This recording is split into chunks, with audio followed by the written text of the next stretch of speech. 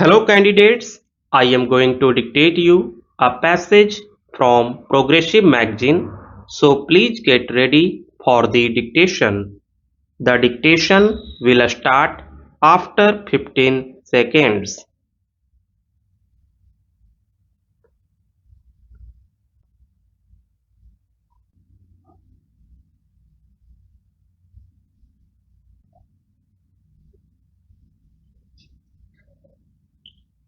I welcome all of you to the first meeting of the Parliamentary Consultative Committee of the Ministry of Communications. We are in the midst of an information and communication revolution. This revolution is bringing about fundamental changes in every aspect of life at the national and international levels. It has also opened the prospect of India emerging as an information technology superpower. This prospect will become a reality only if we create a modern nationwide telecommunications infrastructure at the earliest. Telecommunications is also by itself an accelerator of economic growth. The telephone is no longer a luxury but an indispensable tool in every conceivable economic activity.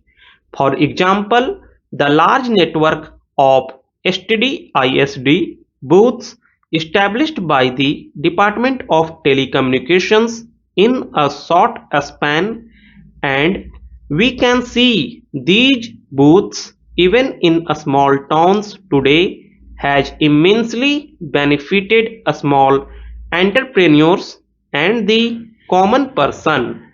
Experts have calculated that 1% increase in telephone density results in a 3% increase in GDP. As you would make out from the agenda notes, this information and communication revolution has unfortunately largely bypassed rural India. The National Telecom Policy of 1994 had envisaged universal access and availability of basic telecom services on demand. We are way behind achievement of this objective. The failure is most glaring in meeting the target of at least one village public telephone for each of the 6 lakh villages in the country. More than half of these 6 lakhs villages still do not have even a single telephone in, not to mention other sophisticated forms of communications. Moreover, the telephone density in such of the villages which do have a connection is very low. This should be matter of concern for all of us. My government will not allow the rural-urban divide to get further widened because of failures in policy and implementation to meet our goal in rural telephony. My vision is to see every Indian village connected with the global village that is being created by the information and communication revolution. The failure in the area of rural telephony cannot be seen in isolation from the flaws in the National Telecom Policy of 1994 and its implementation. Today, everybody recognizes that the reforms in the telecom sector, particularly relating to investment in basic and cellular services by private operators, have failed. The country cannot therefore afford any further delay in resolving the many problems in the telecom sector which my government has inherited from the past. As I have stated on several occasions, we have both the political will and the competence to unravel these knots in the most transparent manner.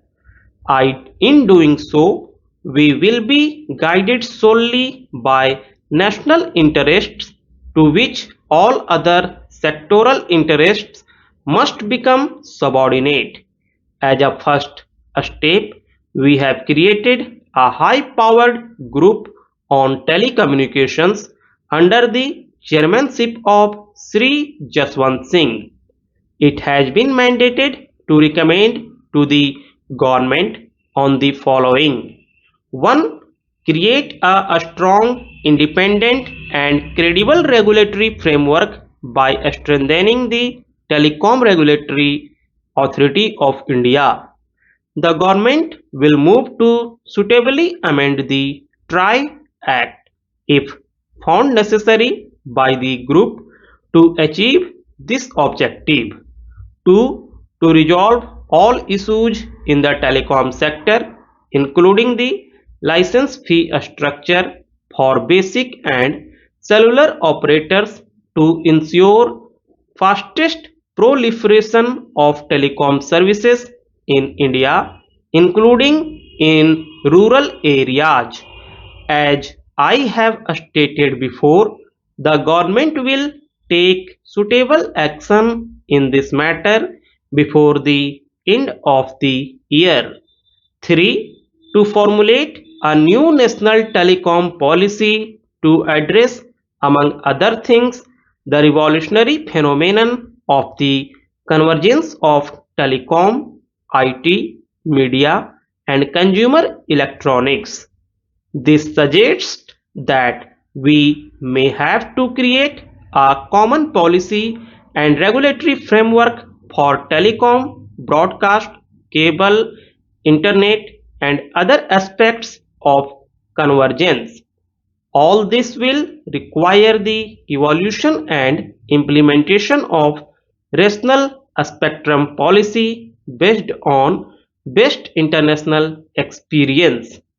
In dealing with this important task, I have directed the group not to tinker with the issues but to come up with a fundamental and lasting solution that will both meet the needs of the country and also take into account the rapid technological changes in this dynamic sector. Otherwise, within a few years, India might once again face problems similar to the ones we are dealing with today. The solution must, among other things, address the national objective of rural telephony. We cannot expect the DOT alone to undertake this important social obligation. Private operators will have to share this responsibility and meet their targets speedily. There is also a need to use many different technologies simultaneously, especially wireless, to ensure cost-effective and rapid spread of telephones in villages and hilly areas. The solution must also result in further strengthening the Department of Telecommunications in order to successfully face the increasing competition in the coming years. There are many examples in the world where state-owned telecom organizations have become major players.